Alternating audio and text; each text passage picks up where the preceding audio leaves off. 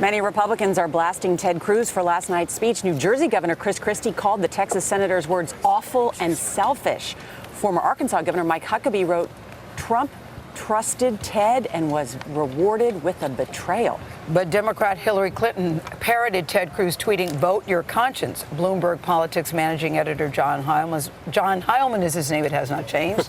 He joins us at the table. He also, by the way, is co-host and executive producer of The Circus on Showtime. That's a division of CBS. Good morning to you, John. What a night last night. Ted Cruz ended up being booed off the stage. What does this mean? It's an unusual thing. I haven't seen that a lot in the many conventions I've covered. What does it mean? I mean, it's a huge political gamble by Cruz. He's fundraising off it this morning, which tells you that he thinks it went well among his supporters. He's saying, look, I think Trump's going to lose.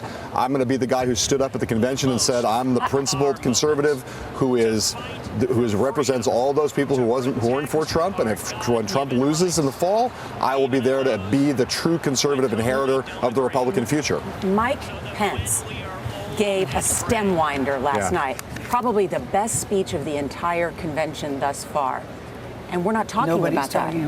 We're not talking about the way he spoke highly of Mr. Trump last night, his prescriptions for the future of the Republican Party. He was upstaged by a man that Trump calls Lion Ted. It's true, and you look at that, and the Trump campaign seems perfectly happy with the outcome. You know, they got a certain benefit. The boos, which they rang out throughout this hall, did, from the Trump point of view, portray a unified convention hall in opposition to Ted Cruz. So, you know, we saw Paul Manafort last night after it was all over, seemed perfectly happy with the outcome. They said, well, we knew it was in the speech, it was all fine. And there's even some reporting that they were whipping the boos, that they wanted this picture. Now, that doesn't help Mike Pence. You still kind of have to feel a little bad for Mike Pence because he was overshadowed. If they wanted to avoid this scene, they could have put Ted Cruz on at 7 o'clock at night, 7:30.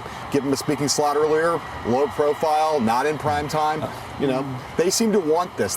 Both sides got what they got.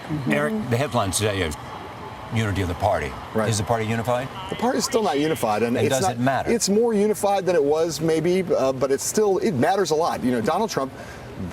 Democrats have won 5 of the last 6 popular votes in America. Democrats have a huge structural advantage in the Electoral College. If you're a Republican nominee, you need all the Republican votes, and then you need more votes. But you need Republican unity at the level of, you got to get 95% of Republicans, so unity still matters. And structure matters, too. And structure matters, too. Thank you, John. So far, he's made it without either one. Yeah, thanks, so John. far. So, yeah, but it's a different world.